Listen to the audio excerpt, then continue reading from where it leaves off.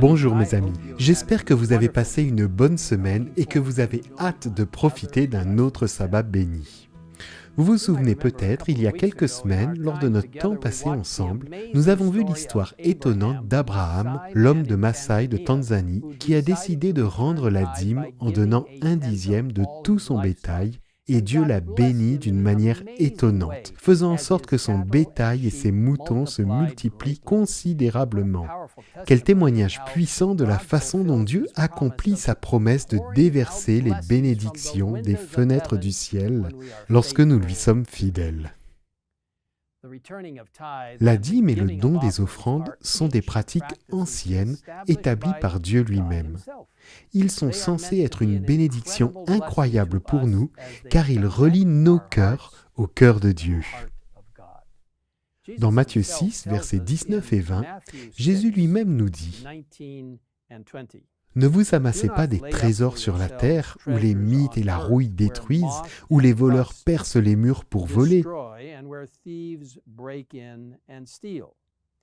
Mais amassez-vous des trésors dans le ciel, où les mythes et la rouille ne détruisent pas, où les voleurs ne peuvent pas percer les murs ni voler. »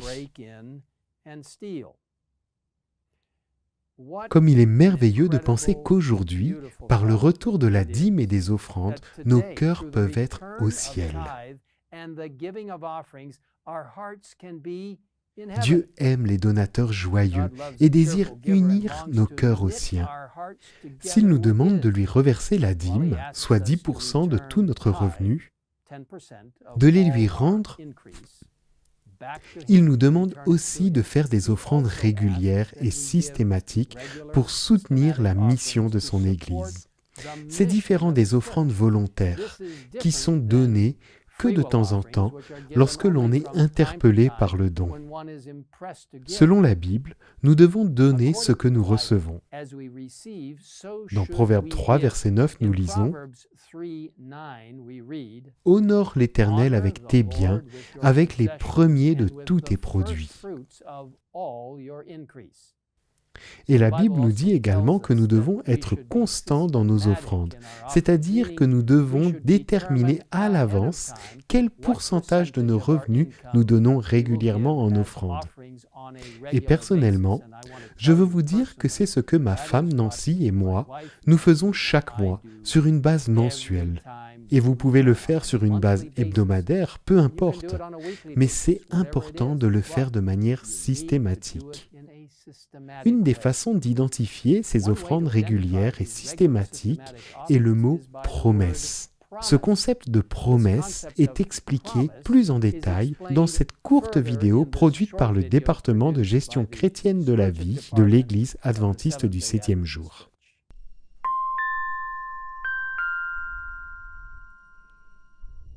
Salut. Hey Jackie. Salut ma belle, quoi de neuf? Rien de spécial, comment vas-tu? Bien. Alors qu'as-tu pensé du sermon de ce matin? Eh bien, c'est de ça dont je voulais te parler. Ah ok, dis-moi. Que voulait dire le pasteur quand il parlait de promesses et d'engagés? Eh bien, les engagés sont ceux qui ont promis d'exercer leur confiance dans le Seigneur en lui renversant régulièrement un pourcentage de leurs revenus comme offrande en plus de la dîme. Mais la dîme n'est-elle pas suffisante? Pas vraiment. Selon Malachie 3, versets 8 à 10, les deux sont exigés par Dieu. Et l'absence de l'un ou de l'autre représente une malhonnêteté à son égard. D'accord. Mais en quoi sont-elles différentes? Eh bien, la dîme a un pourcentage spécifique fixé par Dieu. 10%. En revanche, il laisse à chacun d'entre nous individuellement le soin de décider du pourcentage à donner en guise de promesse. Ah, je vois. Une autre différence est que si la dîme doit être utilisée exclusivement pour soutenir le ministère autorisé, les offrandes doivent couvrir un éventail plus large d'autres besoins importants pour la diffusion de l'Évangile dans le monde. C'est clair. Mais pourquoi cette question? Es-tu un peu intrigué?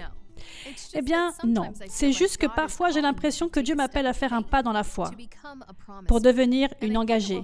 Et je pense que cela m'aidera à être plus cohérente en donnant des offrandes aussi régulièrement que les bénédictions de Dieu le sont, et non pas selon mon cœur ou selon mes goûts, mes projets ou mes appels spéciaux, mais chaque fois qu'il me bénit. Je pense que tu es sur la bonne voie. Bon, je dois y aller maintenant, mais merci pour l'explication. Pas de problème, ma chère. Quand tu veux. OK, ciao, bye.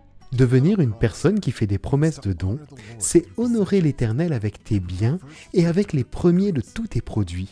Alors tes greniers seront abondamment remplis et tes cuves déborderont de vin nouveau. En suivant la parole de Dieu, laissez cette promesse s'accomplir dans votre vie. Puissions-nous mettre nos désirs en dernier et Dieu en premier. Mes amis, nous ne pourrons jamais surpasser le Seigneur. Encore une fois, je veux vous donner un témoignage personnel que Nancy et moi avons vu de manière étonnante dans notre vie personnelle au fil des années, les 45 années que nous avons été mariés, bientôt 46. Dieu vous bénira et les 9 dixièmes, les 8 dixièmes ou n'importe quel pourcentage que vous aurez, je veux vous dire qu'il les bénit plus que les 100% originaux. C'est une bénédiction de Dieu. Il n'attend que de déverser ses bénédictions sur vous.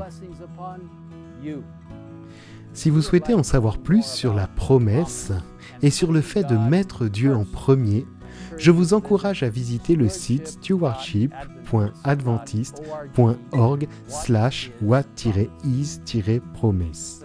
Permettez-moi de prier ensemble, en particulier sur ce sujet spécial. Père Céleste, nous te remercions de nous avoir donné tant de choses, y compris nos talents, nos capacités, notre temps et nos ressources. Seigneur, alors que nous confions tout cela entre tes mains, donne-nous une compréhension de la beauté et de ta merveilleuse prescription de te rendre la dîme, qui t'appartient déjà, et nous rendons ces 10% et ensuite les offrandes régulières supplémentaires que nous offrons. Aide chacun à déterminer avec toi ce qu'il convient de te donner comme offrande précieuse. Seigneur, je te remercie pour les bénédictions que tu nous donnes. Je te remercie de promettre de déverser des bénédictions par les fenêtres du ciel, plus que nous pourrons jamais en recevoir. Seigneur, je témoigne du fait que tu as fait cela pour moi, pour ma famille. Seigneur, qu'il en soit ainsi pour ceux qui nous regardent aujourd'hui. Tu as dit de te mettre à l'épreuve et de voir si tu ne feras pas la même chose.